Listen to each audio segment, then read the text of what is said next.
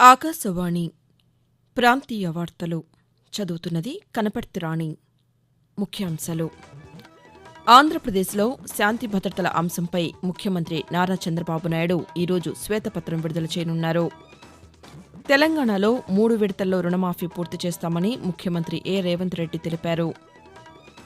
ఆంధ్రప్రదేశ్లో IT, AI, data centre cluster విస్తరణకు నాస్కామ్కు రాష్ట్ర ఐటీ శాఖ మంత్రి నారా లోకేష్ ఆహ్వానం పలికారు.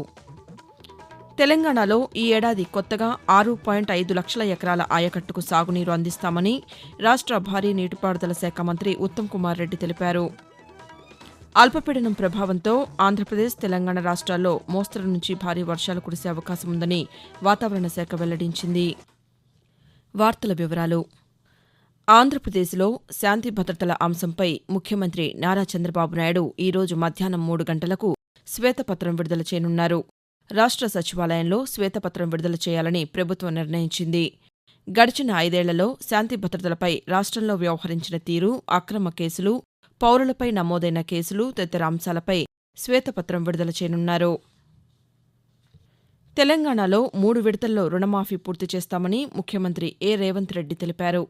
హైదరాబాద్లోని ప్రజాభవన్లో పార్లమెంట్, శాసనసభ, శాసనమండలి సభ్యులతో ముఖ్యమంత్రి సమావేశమయ్యారు. ఈ సందర్భంగా ఆయన మాట్లాడుతూ రైతు రుణమాఫీపై ప్రభుత్వం కట్టుబడి ఉందని, ఈ రోజు సాయంకాలం రుణమాఫీ నిధులు విడుదల చేస్తామని చెప్పారు. తొలి విడతగా ₹1,00,000 వరకు ఉన్న రైతు రుణాలకు నిధులు విడుదల చేయనున్నట్లు వెల్లడించారు. ఈ నెలాఖరులోపు ₹1,50,000 వరకు ఉన్న రుణాలు మాఫీ చేస్తామని అన్నారు. ఆ తరువాత ₹2,00,000 వరకు ఉన్న రుణాలు మాఫీ చేస్తామని వివరించారు.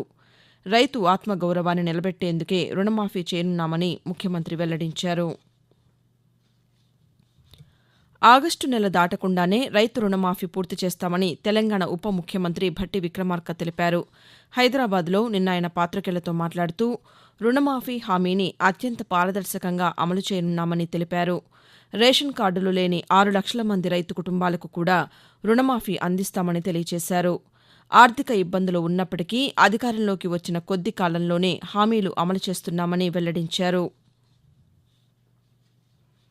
ఆంధ్రప్రదేశ్లో IT, AI, data centre cluster విస్తరణకు నాస్కామ్కు రాష్ట్ర ఐటీ శాఖ మంత్రి నారా లోకేష్ ఆహ్వానం పలికారు. రాష్ట్రంలో ఐటీ సేవలు, ఏఐ, డేటా సెంటర్ క్లస్టర్కి వ్యాపారాలను విస్తరించుకోవచ్చని, విశాఖలో ఏఐ డేటా సెంటర్ ఏర్పాటుకు అనుకూల వాతావరణం ఉందని నాస్కామ్కు రాసిన లేఖలో ఆయన పేర్కొన్నారు. తమ వ్యాపారాలను ఆంధ్రప్రదేశ్కు బదిలీ చేసుకోవచ్చని లోకేష్ ఆహ్వానించారు. రాష్ట్రంలో పెట్టుబడులకు అత్యుత్తమ సౌకర్యాలు, నిరంతర విద్యుత్, మౌలిక సదుపాయాలు కల్పిస్తామని మంత్రి ఈ సందర్భంగా హామీ ఇచ్చారు. నాస్కామ్ ఐటీ సంస్థకు ప్రభుత్వం నుంచి పరిమితులు లేని నైపుణ్యం కలిగిన ప్రతిభను అందిస్తామని లోకేష్ వెల్లడించారు. జాతీయ హెల్త్ మిషన్ కార్యక్రమం కింద ఆంధ్రప్రదేశ్కు ₹1,000 కోట్ల మొత్తాన్ని అందజేయాలని రాష్ట్ర వైద్య ఆరోగ్య శాఖ మంత్రి సత్యకుమార్ కేంద్ర ప్రభుత్వానికి విజ్ఞప్తి చేశారు. నిన్న ఢిల్లీ పర్యటనలో భాగంగా కేంద్ర ఆరోగ్య శాఖ మంత్రి జేపీ నడ్డా పలువురు కేంద్ర మంత్రులను కలుసుకున్న అనంతరం ఆయన పాతికేయులకు ఈ విషయం తెలియజేస్తూ రాష్ట్రంలో ఆరోగ్య మందిర్ల నిర్మాణానికి ఈ నిధులు సమకూర్చాలని కోరానని తెలిపారు. ఆరోగ్య రంగంలో గత 40 రోజుల్లో తీసుకున్న నిర్ణయాలను కేంద్ర ప్రభుత్వానికి వివరించారని తెలియజేశారు. గత ప్రభుత్వ విధానాల వల్ల ఆంధ్రప్రదేశ్లో ఆరోగ్య రంగం తీవ్రంగా నష్టపోయిందని, 11 బోధనా వైద్య కళాశాలలు ఉండగా 6 కళాశాలల్లో మాత్రమే కేటలాగులు ఉన్నాయని, మిగిలిన కళాశాలలకు వీటిని మంజూరు చేయాలని, క్యాన్సర్ వ్యాధి నివారణ కోసం మరిన్ని కేంద్రాలు మంజూరు చేయాలని కూడా కేంద్రానికి విజ్ఞప్తి చేశానని సత్యకుమార్ వివరించారు. ఆంధ్రప్రదేశ్లో ఇంజనీరింగ్ కోర్సుల్లో ప్రవేశాలకు నిర్వహించిన ఈఏపీ సెట్ 2024 కౌన్సిలింగ్లో తొలి విడత సీట్ల కేటాయింపు పూర్తి చేసినట్లు సాంకేతిక విద్యాశాఖ సంచాలకులు, ప్రవేశాల కన్వీనర్ డాక్టర్ బి. నవ్య నిన్న తెలియజేశారు. ఈఏపీ సెట్లో అర్హత సాధించిన 1,86,031 మందిలో తొలి విడత కౌన్సిలింగ్ కోసం 1,28,619 మంది దరఖాస్తు చేసుకున్నారని, ధృవపత్రాల పరిశీలన అనంతరం 1,28,065 మంది అర్హత సాధించినట్లు ఆమె పేర్కొన్నారు. మిగిలిన 19,524 సీట్లను రెండో విడతలో భర్తీ చేయనున్నామని అధికారులు వెల్లడించారు. ఆకాశవాణి ప్రాంతీయ వార్తలు వింటున్నారు. తెలంగాణలో ఈ ఏడాది కొత్తగా 6.5 లక్షల ఎకరాల ఆయకట్టుకు సాగునీరు అందిస్తామని రాష్ట్ర భారీ నీటిపారుదల శాఖ మంత్రి ఉత్తమ్ కుమార్ రెడ్డి తెలిపారు. హైదరాబాద్లోని జలసౌధలో నీటిపారుదల శాఖ అధికారులతో మంత్రి ఉన్నతస్థాయి సమీక్ష నిర్వహించారు. ఈ సందర్భంగా మంత్రి మాట్లాడుతూ నీటిపారుదల శాఖలో తక్కువ ఖర్చుతో ఎక్కువ ఆయకట్టుకు నీరందించేందుకు కృషి చేస్తున్నామని తెలిపారు. జలవనరుల శాఖలో పదోన్నతులు, బదిలీలు త్వరలోనే చేపడతామని చెప్పారు. వర్షాకాలం నేపథ్యంలో పాలమూరు, రంగారెడ్డి, నెట్టెంపాడు, భీమా, నారాయణపేట, కొడంగల్ ప్రాజెక్టుల నిర్మాణ పనులు వేగవంతం చేయాలని అధికారులకు మంత్రి సూచించారు.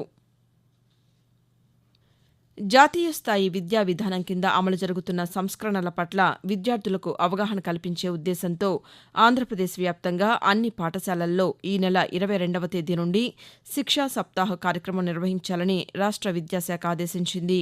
ఈ నెల 28వ తేదీ వరకు జరిగే ఈ కార్యక్రమంలో విద్యార్థులు, తల్లులను భాగస్వాములను చేయాలని సూచించింది. వారం రోజుల పాటు జరిగే ఈ కార్యక్రమం కింద 22వ తేదీన స్థానిక వనరులతో బోధనా సామాగ్రి ప్రదర్శన, 23న పునాది అభ్యసన, సంఖ్యాశాస్త్రం నైపుణ్యాల కార్యక్రమం, 24న క్రీడా పోటీలు నిర్వహించటం, 25న సాంస్కృతిక కార్యక్రమాల నిర్వహణ వంటి కార్యక్రమాలు చేపట్టాలని, 26న సాంస్కృతిక నైపుణ్యాల దినోత్సవం నిర్వహించాలని, 27న పర్యావరణ పరిరక్షణ కార్యక్రమం, 28న సామాజిక భాగస్వామ్య దినోత్సవం కూడా నిర్వహించాలని పాఠశాలలను ఆంధ్రప్రదేశ్ విద్యాశాఖ ఆదేశించింది. తెలంగాణలో ఉపాధ్యాయుల నియామకం కోసం చేపట్టనున్న ఉపాధ్యాయ నియామక పరీక్ష డీఎస్సీ ఈ రోజు నుంచి మొదలు కానుంది. మొత్తం 11,062 ఉపాధ్యాయ పోస్టుల భర్తీకి ఈ పరీక్ష నిర్వహించనున్నారు. ఇందుకోసం 2,79,957 మంది అభ్యర్థులు దరఖాస్తు చేసుకున్నారు.